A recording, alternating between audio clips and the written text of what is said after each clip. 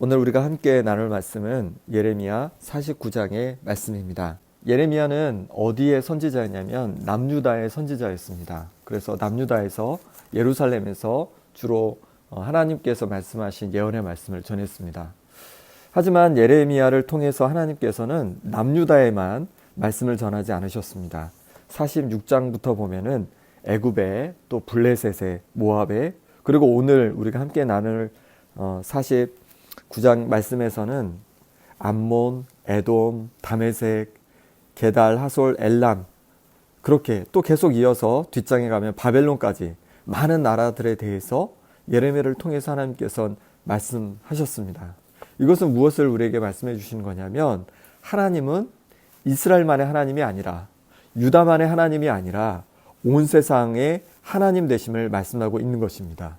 그렇습니다. 우리 하나님은요 이스라엘만의 신이 아니고 우리 기독교인만의 신이 아니고 온 세상을 만드시고 통치하시는 온 세상의 왕 되시고 온 세상의 하나님이 되시는 줄 믿습니다.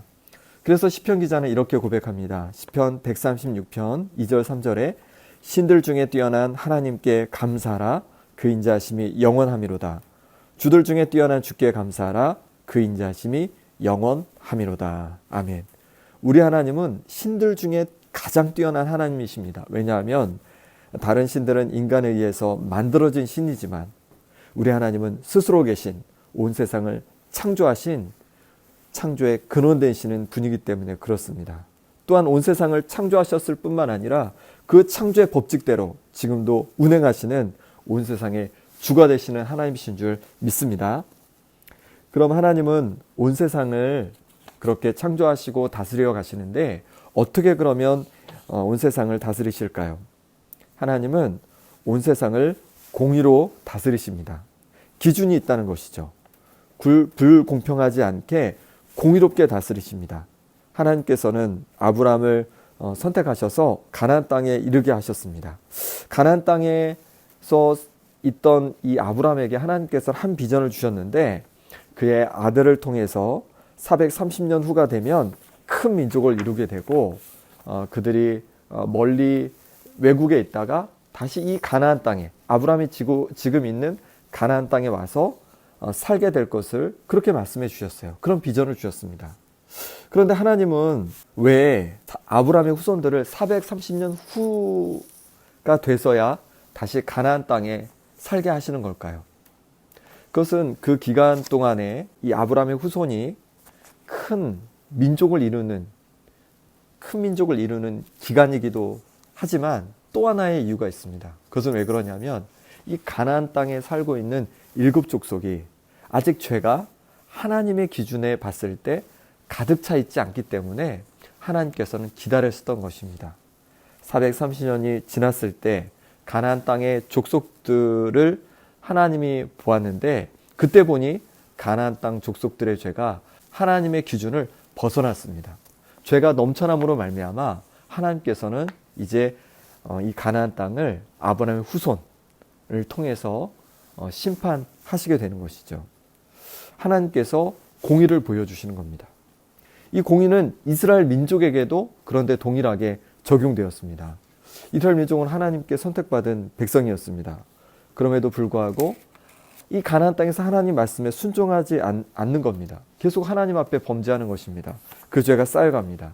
하나님 선지자들을 통해서 그들에게 경고하고 그들에게 죄로부터 돌이키기를 그렇게 계속해서 경고하고 권면하셨습니다. 그럼에도 불구하고 이 이스라엘 백성들이 회개하지 않자 결국 돌아서지 않자 북쪽은 아수르를 통해서 남유다는 바벨론을 통해서 심판하시게 되는 것이죠.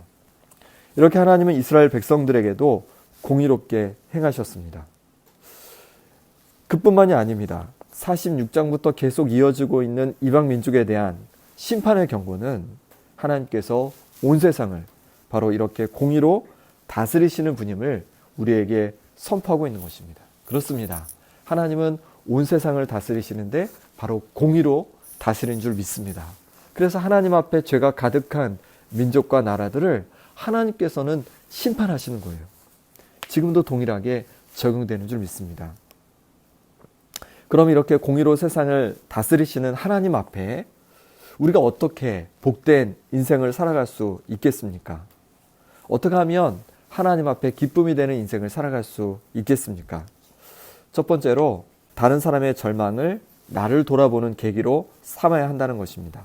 1절 말씀을 제가 읽어보겠습니다. 암몬 자손에 대한 말씀이라 여호와께서 이와 같이 말씀하시되 이스라엘이 자식이 없느냐 상속자가 없느냐 말감이 갓을 점령하며 그 백성이 그 성읍들에 사는 것은 어찌 됨이냐. 아멘. 암몬 자손에 대해서 경고하시면서 이렇게 말씀하시는 거예요. 암몬 자손이 그 남유다가 멸망하는 것을 비웃자 그들에게 하나님 뭐라 하시냐면 이스라엘이 자식이 없느냐라고 말씀하시는 거예요. 이스라엘이 지금은 망해서 흩어졌지만 여전히 흩어져서 남아있는 자들이 있다는 것이고 그들을 통해서 하나님께서는 다시 이스라엘을 재건할 것을 말씀하시는 것이죠. 그리고 2절에서는 이렇게 말씀하십니다. 여호와의 말씀이니라. 그러므로 보라 날이 이르리니 내가 전쟁 소리로 암몬 자손의 랍바에 들리게 할 것이라. 랍바는 폐허더미 언덕이 되겠고 그 마을들은 불에 탈 것이며 그때 이스라엘은 자기를 점령하였던 자를 점령하리라. 여호와의 말씀이니라. 아멘. 뭐라고 말씀하시냐면 암몬의 수도인 랍바가 점령되어 폐허더미가 될 거다 이렇게 말씀하시는 거예요. 암몬은 남유다의 멸망을 보면서 비우는 것이 아니라 겸손해야 했습니다. 남유다가 죄로 말미암아 결국 심판을 받은 것처럼 자신들도 그리 될 수 있음을 생각하여서 하나님 앞에 겸손히 회개해야 했습니다. 하지만 그들은 그렇게 하지 않았습니다. 이스라엘을 통해서 배운 것이 아니라 이스라엘을 비웃기에 바빴습니다. 그럴 때 결국 이 암몬도 결국 하나님의 심판을 피할 수 없게 된 것이죠. 우리도 살아가면서 타인의 고통과 절망을 볼 때가 있습니다. 사업을 하다가 망하기도 하고 가정에 생각지도 못한 어려움을 당하는 그런 이웃들을 볼 때가 있습니다. 이런 이웃의 절망을 볼 때, 고통을 볼 때, 고난을 볼 때 이들을 비우는 것이 아니라 함부로 험담하는 것이 아니라 우리 또한 이런 어려움이 언제든지 닥칠 수 있다는 것을 우리에게도 닥칠 수 있다는 것을 생각하여서 하나님 앞에 더욱 겸손히 우리를 낮추는 자가 되어야 할 줄 믿습니다. 그렇게 겸손히 하나님 앞에 살아가는 것을 배워야 하는 것이죠. 두 번째로 내가 가진 조건과 재물을 의지하지 말아야 합니다. 4절 말씀을 같이 읽어보겠습니다. 패역한 딸아 어찌하여 골짜기 곧 내흐르는 골짜기를 자랑하느냐 내가 어찌하여 재물을 의뢰하여 말하기를 누가 내게 대적하여 오리오 하느냐. 아멘. 여기서 패역한 딸은 암몬을 말합니다. 암몬 어찌하여 골짜기 곧 내흐르는 골짜기를 자랑하느냐. 암몬 안에 흐르는 골짜기 이거는 야복강을 이야기한다고들 합니다. 야복강이 물이 많고 야복강을 통해서 그 물이 있음으로 말미암아 땅이 기름져지고 그래서 번성을 누리게 되는데 번성하게 되는데 이 암몬 자손들이 번성하게 되는데 이 암몬 자손이 그러므로 말미암아 이 야복강을 자랑한다는 것이죠. 또한 많은 재물이 있다고 합니다. 그러므로 말미암아서 두려울 게 없다는 거예요. 여기에 좋은 강이 흐르고 또 많은 재물이 있으니까 두려움 없이 그것을 의지하며 산다는 것입니다. 우리는 살아가면서 내가 가진 경험과 내가 가진 여러 조건들을 의지하는 경향이 있습니다. 이 정도의 주기가 있으니 나의 미래가 보장될 거야. 내가 이 정도의 재물을 가지고 있으니까 내가 정말 행복하게 살 수 있을 거야. 이런 생각들을 한다는 것이죠. 하지만 이런 것들이 우리가 의지할 것이 못 된다고 말씀하고 있습니다. 재물은 있다가 없어지는 것입니다. 내가 가진 여러 조건들도 언제 문제가 생길지 알 수 없습니다. 그러니 우리는 우리의 마음을 재물에 두지도 우리의 마음을 우리가 가진 능력이나 우리가 가진 어떤 명예나 그런 것들에 두지 말아야 한다는 것입니다. 오직 하나님께 우리의 마음을 두고 하나님을 의지할 때 하나님께서 우리의 인생을 책임져 주실 줄 믿습니다. 세 번째로 우리 자신의 지혜를 의지하지 말라고 하십니다. 7절 말씀을 제가 읽어보겠습니다. 에돔에 대한 말씀이라 만군의 여호와께서 이와 같이 말씀하시되 대만에 다시는 지혜가 없게 되었느냐 명철한 자에게 칭약이 끊어졌느냐 그들의 지혜가 없어졌느냐. 아멘. 에돔 사람들은 지혜롭기로 소문나 있었습니다. 특히 에돔의 그 대만 사람들이 그 지혜롭게 여겨졌습니다. 욥이 고난을 당할 때 욥을 찾아왔던 세 명의 친구가 있는데요. 그 중에 가장 연장자이고 지혜롭게 여겨졌던 인물이 바로 엘리바스입니다. 욥기는 이 엘리바스를 대만 사람 엘리바스로 소개하고 있습니다. 예. 그러니까 이 엘리바스는 바로 에돔 민족이었던 거죠. 에돔 족속이었던 것이죠. 엘리바스는 자신의 지혜로 욥을 설득하고자 했습니다. 욥이 이런 고난을 당한 걸 봐서 욥은 분명 하나님 앞에 죄를 지었을 거야. 그러니 욥, 너는 죄를 인정해라. 그러면 하나님께서 용서하실 거다. 이렇게 얘기해요. 이 엘리바스, 대만 사람 엘리바스의 말이 옳았습니까? 틀렸습니까? 예, 틀렸습니다. 그 애가 지혜롭게 하지만 그의 지혜는 잘못된 것이었습니다. 욥은 죄로 말미암아 벌을 받는 것이 아니었습니다. 그렇습니다. 우리가 지혜롭다 하지만, 내가 정말 지혜롭다 하지만 우리의 지혜가 이 세상의 모든 문제에 대한 답을 낼 수는 없습니다. 우리가 찾아오는 모든 어려움과 힘듦을 우리의 지혜로 다 해결할 수 없다는 것이죠. 오바댜 1장 8절에 또 이렇게 말씀합니다. 나 여호와가 말하노라. 그날에 내가 에돔에서 지혜 있는 자를 멸하며 에서의 산에서 지각 있는 자를 멸하지 아니하겠느냐. 뭐라고 말씀하시냐면 이 에돔의 죄로 말미암아 에돔의 지혜 있는 자들을 멸한다 말씀하고 있습니다. 에돔은 지혜로 유명한 사람들이었습니다. 스스로도 지혜롭게 여겼고 많은 다른 민족도 에돔을 지혜로운 민족으로 여겼습니다. 그리고 그들은 그렇게 자신들의 지혜를 자랑하고 자신들의 지혜를 의지하게 되었습니다. 하지만 어떻게 됐습니까? 결국 그들이 하나님을 떠나고 죄가 가득 찼을 때 결국 재난이 임하게 되었습니다. 잠언 3장 5절에 이렇게 말씀합니다. 너는 마음을 다하여 여호와를 신뢰하고 내 명철을 의지하지 말라. 우리의 지혜와 명철을 의지하며 살 때 잘 될 것 같지만 그렇지 않다는 거예요. 우리 인생에 우리의 지혜로 감당하지 못할 일들이 찾아오곤 합니다. 그럼 어찌해야 합니까? 마음을 다해 하나님을 신뢰하고 하나님을 의지하는 것이 지혜인 줄 믿습니다. 왜냐하면 하나님은 지혜의 근원이 되시기 때문에 그렇습니다. 그분은 그 지혜로 온 세상을 조성하신 분이십니다. 그러니 그 지혜의 근원 되시는 하나님 아버지를 의지하며 하나님의 도우심을 입는 저와 여러분 되시길 바랍니다. 잠언 3장 6절에 너는 범사에 그를 인정하라. 그리하면 내 길을 지도하신다 말씀하십니다. 내 지혜를 의지하지 말고 내 재물을 의지하지 말고 내가 가진 경험과 능력을 의지하지 말고 오직 하나님을 의지하는 우리가 되기를 바랍니다. 그럴 때 하나님께서 범사의 모든 것에 우리를 지도하시고 인도하실 줄 믿습니다. 그 길이 우리 인생의 가장 복된 길입니다.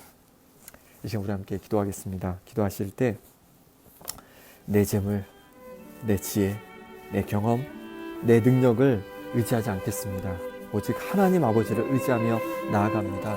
하나님 내 인생을 인도해 주옵소서라고 기도하겠습니다. 또한 코로나로 말미암아서 많은 어려움이 있습니다. 이 나라가 정말로 온전히 마음을 하나로 합쳐서 이 위기들을 잘 대처하고 이겨가게 하여 주옵소서.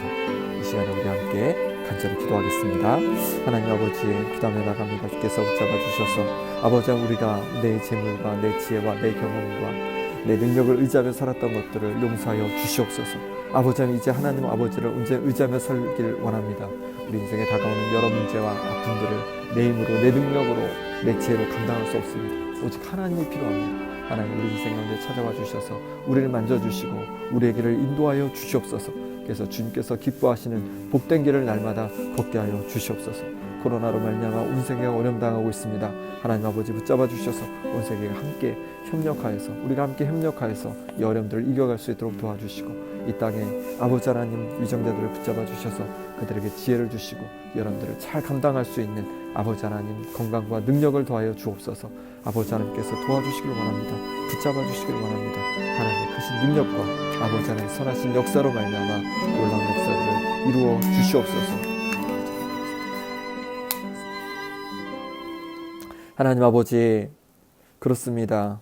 우리의 재물과 우리의 지혜와 우리의 경험과 우리의 능력으로 아버지 하나님 이 땅을 살아보지만 그것이 우리에게 정말로 복된 길이 아님을 고백합니다.